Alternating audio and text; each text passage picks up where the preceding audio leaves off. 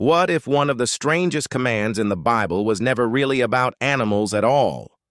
In Leviticus, God tells ancient Israel that some creatures may be eaten and others must be refused.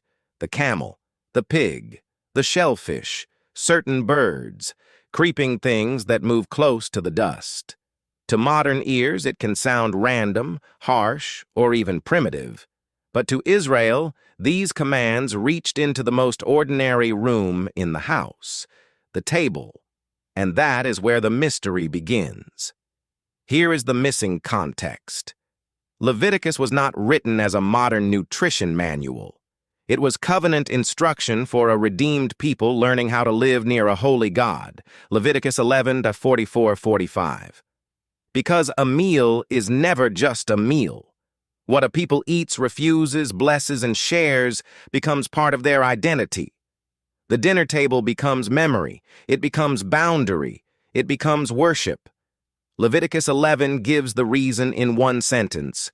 You shall be holy, for I am holy. That word holy does not first mean strange. It means set apart, dedicated, marked off for God. So the forbidden meal was a daily reminder that Israel did not belong to the surrounding nations in the same way anymore. They had been brought out of Egypt. They had crossed the sea. They had received the covenant. Now even their appetite had to learn that they were different. The first pattern is land animals. Israel could eat animals that had a divided hoof and chewed the cud. Both signs had to be present. A cow fit the pattern. A sheep fit the pattern. But a camel chewed the cud without the divided hoof. A pig had the divided hoof, but did not chew the cud. Both were incomplete signs. That is why the law feels more symbolic than scientific. It is not simply saying, this animal is dangerous and that animal is safe. It is teaching Israel to see order, boundaries, and wholeness.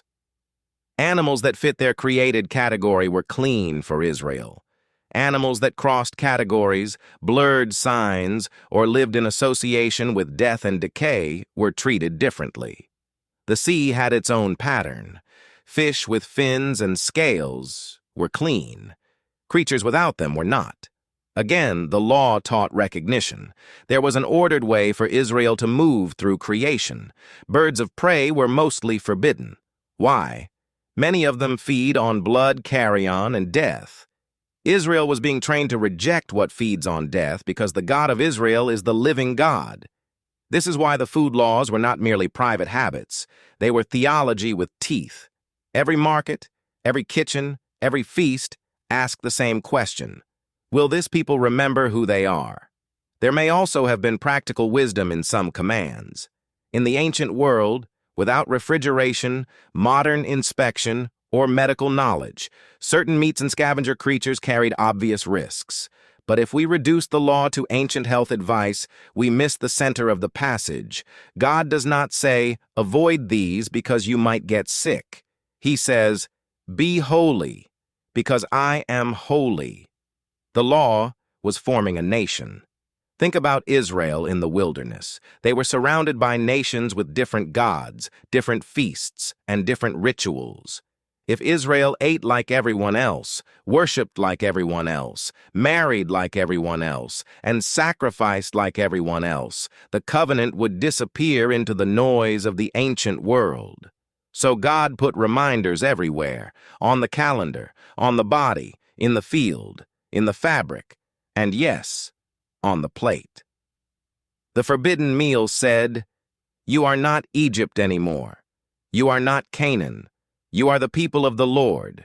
But there is a deeper layer. In the Bible, uncleanness is not always the same as sin. Touching a dead body made someone unclean, but burying the dead could be an act of love. Childbirth brought ceremonial uncleanness, but children were a blessing. Uncleanness often meant contact with mortality, disorder, blood, decay, or boundary-crossing realities of life in a fallen world. That matters, because the food laws were not saying pigs were morally evil, or camels were wicked, or shellfish were rebellious. They were saying Israel's worship required a visible language of separation. And then Jesus comes. In Mark 7, Jesus confronts a debate about defilement. He says that what enters a person from outside does not defile the heart in the deepest moral sense. What comes out of the heart is what reveals corruption, greed, pride, deceit, lust, envy, slander. That does not mock the law. It reveals the law's destination. The food laws were always pointing beyond the stomach to the heart. Then, in Acts 10, Peter sees a vision of animals lowered from heaven. A voice says, "Rise, Peter, kill and eat." Peter refuses, because he has never eaten anything common or unclean. But the voice answers, "What God has made clean, do not call common." The vision is not only about lunch. It prepares Peter to enter the house of Cornelius, a Gentile. The boundary around Israel's table had served its purpose. Now the gospel was going to the nations. The shocking reversal is this. The God who once used food to separate Israel from the nations now uses Christ to bring the nations near.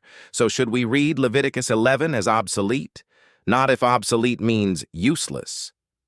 The command is not binding on Christians in the same covenantal way, but its message still speaks with force. God forms his people through ordinary obedience. Holiness is not just what happens in a temple. It reaches your habits, your appetites, your choices, your table. The forbidden meal was never a random list of animals.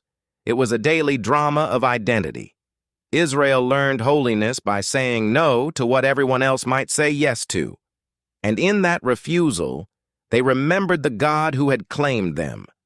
Maybe that is why this strange chapter still matters. Not because Christians must rebuild the ancient Israelite menu, but because we still need the lesson beneath it. Every generation has a forbidden meal.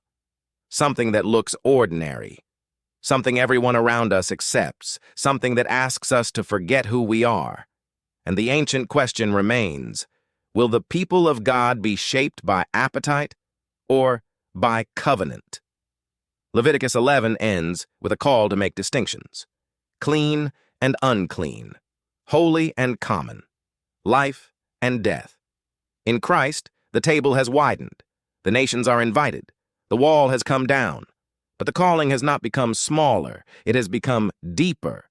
Be holy, for I am holy. That was the meaning behind the forbidden meal.